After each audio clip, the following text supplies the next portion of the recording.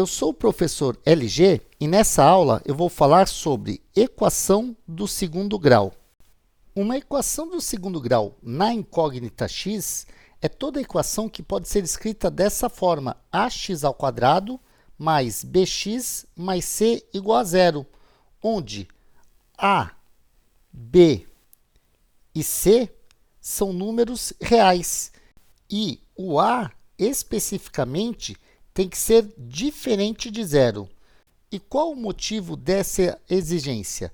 É porque o grau da equação é dado pelo maior expoente da incógnita de coeficiente não nulo. Então, aqui, como o a está acompanhando x² e a equação é do segundo grau, ele não pode ser nulo, porque senão eu perderia o x², e aí ela não seria mais uma equação do segundo grau. Vamos dar um exemplo de uma equação do segundo grau. Eu posso pegar 7x² menos 11x mais 8 igual a zero. Como que tinha que ser uma equação do segundo grau? Ela tinha que ter essa forma aqui, ó, ax² mais bx mais c igual a zero. E essa equação está escrita dessa forma. Por quê? Porque eu posso dizer que, nesse caso, o a, que é o coeficiente de x², é igual a 7. O b, que é o coeficiente de x, olha o que eu tenho aqui, ó, menos 11x. Então, o b é igual a menos 11. E o c é o termo independente. Olha quem eu tenho aqui como termo independente. Eu tenho 8. Então, eu tenho que o c é igual a 8. Ou seja, essa equação, 7x² menos 11x mais 8 igual a zero, foi escrita da forma ax² mais bx mais c igual a zero. Com o quê? Com o a valendo 7, o b valendo menos 11 e o c sendo igual a 8. Continuando o nosso estudo sobre a equação do segundo grau, eu tenho essa pergunta. O número 2 é raiz da equação 5x² menos 7x menos 6 igual a zero? Para responder isso, eu preciso inicialmente saber o que significa um número ser raiz de uma equação. Então, vamos ver uma definição. Eu digo que um número é raiz de uma equação se, ao substituirmos a incógnita por este número, obtemos uma sentença verdadeira. Agora, eu já posso responder essa pergunta. Basta que eu pegue esta equação e substitua o x por 2. Vamos ver como é que fica? Eu vou ter, então, 5, em vez de x², eu coloco 2², menos, em vez de 7x, eu coloco 7 vezes 2, menos 6, e eu quero verificar se isso vai resultar em zero. Quanto que é 2²? Bem, 2² é igual a 4. Então, tenho 5 multiplicado por 4, menos, quanto que é 7 vezes 2? 7 vezes 2 é igual a 14. Aí eu copio o menos 6, isso aqui tem que ser igual a zero. Agora, calculando 5 vezes 4, eu obtenho 20. E, se eu fizer menos 14 menos 6, eu obtenho menos 20. Eu fiquei com 20 menos 20 igual a zero. E quanto que dá esse 20 menos 20? Bem, 20 menos 20 é zero. Eu tenho que zero é igual a zero. Isso aqui é uma sentença verdadeira. E se eu tenho uma sentença verdadeira, significa o quê? Significa que, no caso aqui, o 2 é raiz desta equação, 5x² menos 7x menos 6 igual a zero.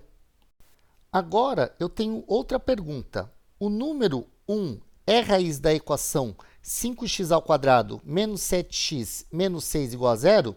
Então, eu tenho a mesma equação, mas eu vou verificar para outro valor, para o número 1. Como que eu faço isso? Novamente por substituição. Eu vou escrever 5 vezes, em vez de x, eu coloco 1², menos 7, em vez de x, eu coloco 1, menos 6. Eu quero verificar se isso resulta em 0. Agora, eu sei que 1 ao quadrado é igual a 1. Então, eu vou ter 5 vezes 1. Sei também que menos 7 vezes 1 é igual a menos 7. Então, tem aqui, ó, menos 7, depois menos 6. Isso aqui tem que se igualar a 0. O 5 vezes 1 é igual a 5.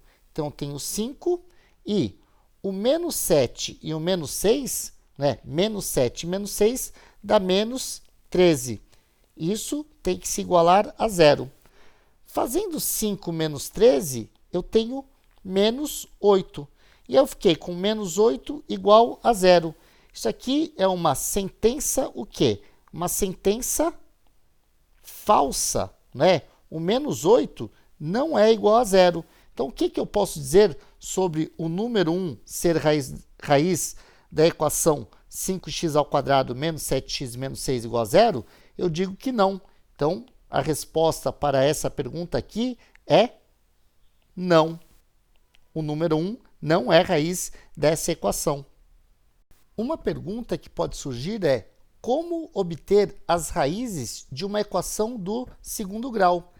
Eu sei que uma equação do segundo grau tem essa forma: ax ao quadrado mais bx mais c igual a 0, com a diferente de 0. Nessa aula, eu vou trabalhar com as equações incompletas. Quais são as equações incompletas? São aquelas em que o b é igual a 0 ou aquelas em que o c é igual a 0. Então, vou trabalhar com esses dois casos, quando b for 0 e quando c for 0.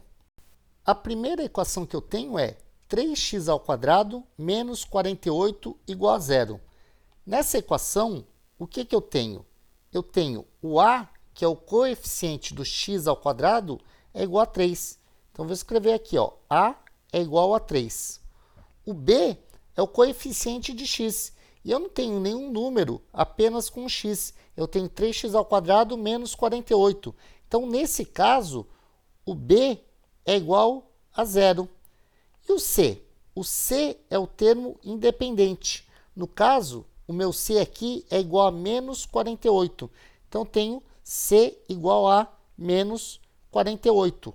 Pelo fato do b ser igual a 0, essa aqui é uma equação incompleta do segundo grau. O que eu posso fazer para resolver essa equação? Bem, eu tenho 3x ao quadrado menos 48 igual a 0. Eu vou somar 48 em ambos os lados da minha equação. Então, vou ter, ó, 3x ao quadrado igual a 48. O que ocorreu?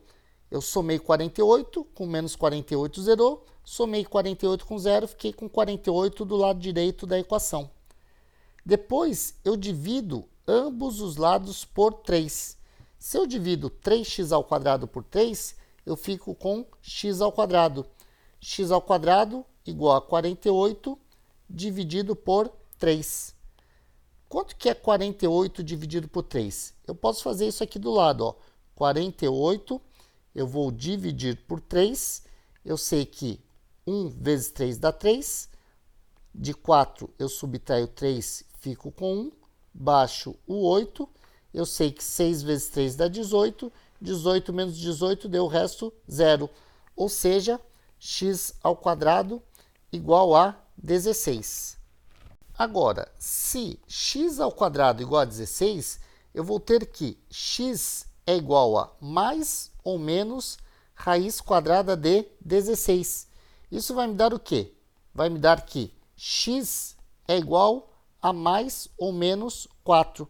E aí eu posso concluir, as raízes são 4 e menos 4. Eu tenho agora x ao quadrado menos 3x igual a 0. Nesse caso, o coeficiente do x ao quadrado, o meu a vale quanto? Eu não coloquei nenhum número aqui. Quando isso ocorre, o a vale 1. Então, tem aqui, ó, a igual a 1. E o b? O b é o coeficiente de x. Que número está acompanhando x? É o menos 3. Então, a igual a 1, b igual a menos 3. E o c? Bem, eu não tenho termo independente. O c é igual a 0. Como c é igual a zero, isso aqui é uma equação incompleta. Como que eu resolvo esse tipo de equação? O que eu vou fazer é o seguinte, como eu tenho x ao quadrado menos 3x, eu posso colocar o x em evidência. E aí, colocando x em evidência, eu pergunto, x multiplicado por quanto me retorna x ao quadrado? Resposta, pelo próprio x. Depois, x multiplicado por quanto me retorna menos 3x? E aí, vai ser quem? Vai ser o menos 3. Isso vai me dar que x multiplicado por x menos 3 igual a zero. E o produto de dois fatores só é igual a zero se um dos fatores for zero. O que eu faço, então? Eu digo que um dos fatores x é igual a zero, que olha só, x multiplicado por isso aqui, me retornou em zero, então x igual a zero, ou quem vai ser igual a zero? Esse outro fator que eu tenho aqui, ó, x menos 3. Então, ou x menos 3 é igual a zero. Agora, quando eu tenho x menos 3 igual a zero, eu posso somar 3 a ambos os lados da minha equação. Eu vou ficar com x igual a 3. Porque olha só, se eu somo 3 a esse lado, menos 3 mais 3 vai sumir, vai ficar apenas o x. E o 0 mais 3 vai ser igual a 3. Portanto, eu posso concluir que as raízes dessa equação são 0 e 3. Para finalizar, eu tenho esse caso, x ao quadrado mais 4 igual a 0. Nessa equação, eu tenho que a é igual a 1, b é igual a 0 e c é igual a 4. Se eu isolar o x ao quadrado, como subtraindo 4 em ambos os lados da minha equação, eu vou ter o quê? Ó? X ao quadrado igual a menos 4. Né? Se ao mais 4 eu subtraio 4, eu fico apenas com x ao quadrado.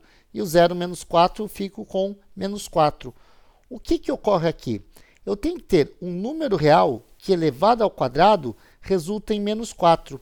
Como eu não vou ter esse número, né? Um número real ao quadrado resulta em um número não negativo, eu digo que essa equação não possui raiz real.